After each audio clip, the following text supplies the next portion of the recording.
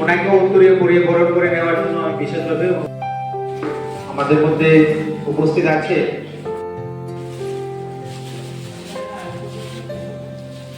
সেটা মনে হয়েছে 2023-এ। 2023-এ যেখানে ত্রিপুরা গভর্নমেন্টের দেওয়ার কথা ছিল 900 টাকায় 10 টাকা, 10% 9 টাকা, আপনারা পাচ্ছেন, ত্রিপুরা সরকার দিচ্ছে 1600 টাকা।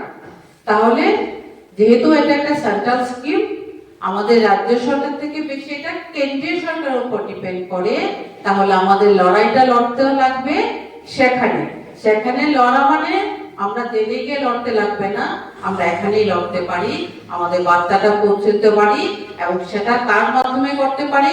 ভারতীয় মজদুর সংঘের মাধ্যমে। যেহেতু আমিও একজন কেন্দ্রীয় কমিটির সদস্য এবং আজকে দিনে আমাকে এটার দায়িত্ব দেওয়া হয়েছে এখানে দেখার কাজটা, আমারও আন্তরিক ইচ্ছা যে আমি চাই যে আপনাদের যে ন্যূনতম যে মজুরিটা সেটা যাতে আপনারা পান, এবং আপনারা যাতে লিভিং যে ওয়েজেস যেটা ভারতীয় মজদুর সঙ্গের দাবি ছিল সেটা যাতে পেয়ে আপনারা সুন্দরভাবে জীবনযাপন করতে পারেন।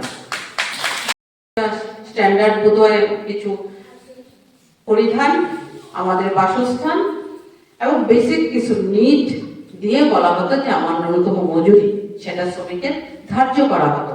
আপনাদের আমি একটা ফিগারটা দিতে পারিনি, কিন্তু ভারতীয় মজদুর সংঘ বলেছে যে একটা শ্রমিকের বেঁচে থাকার জন্য তার সেই শ্রমিকের সন্তানের শিক্ষার প্রয়োজন, সেই শ্রমিকের পরিবারের সবার স্বাস্থ্যের সুরক্ষার প্রয়োজন, সেটা যাতে ঠিক করে ন্যূনতম মজুরি করা হয়, সেটাকে ভারতীয় মজদুর সংঘ দাবি করেছে যে আমাদের শ্রমিকদের লিভিং ওয়েজেস দিতে লাগবে।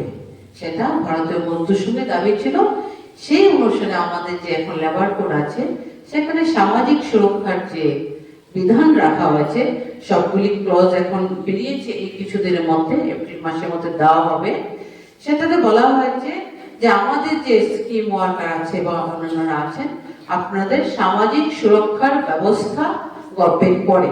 কিন্তু আমরা সামাজিক সুরক্ষা বলে যাই সবসময়, কিন্তু আপনারাও প্রশ্ন করেন না বা জানার চেষ্টা করেন না, হয়তো জানেনও না, কিছু সংখ্যক হয়তো জানেন সেই সামাজিক সুরক্ষাগুলি কি সেটা আমাদের জানতে লাগবে, সেটার সুবিধাটা নিতে লাগবে।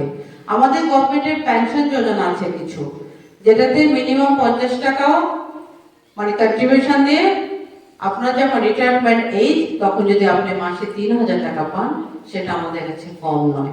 একটা মানুষ যখন কর্মহীন হয়ে যায়, রিটায়ারমেন্টে যায়, তখন ওই টাকাটি আমাদের কাজে লাগে। 2019 এবং 2020-তে 4টা লেবার কোড অ্যাডপ্ট হয়েছে। তখন 2023-এর যে সেন্ট্রালের যে কনফারেন্স হয় পাটনাতে, তখন ভারতীয় মজদুর সঙ্গে দুটো কোডের লেবার কোডকে সম্মান জানিয়েছেন এবং প্রশংসা করেছেন, এবং দুটো কোডকে কিছু চেঞ্জ করে সেটাকে যাতে আবার ভালোভাবে করা হয়, সেটার জন্য ভারতীয় মজদুর সংঘ 2023-এ ভারতবর্ষের প্রতিটি জেলা থেকে ডিএমএ মাধ্যমে ডেপুটেশন দিয়েছে, এবং সেটা ত্রিপুরা থেকে হয়েছে, এবং ত্রিপুরার সবকটি জেলার সঙ্গে ধলাই জেলা থেকে হয়েছে। তখন হয়তো আপনারা সবাই যুক্ত ছিলেন না, কিন্তু আপনাদের জন্য যে লড়াইটা ভারতীয় মজদুর সংঘ কিন্তু করে গেছে।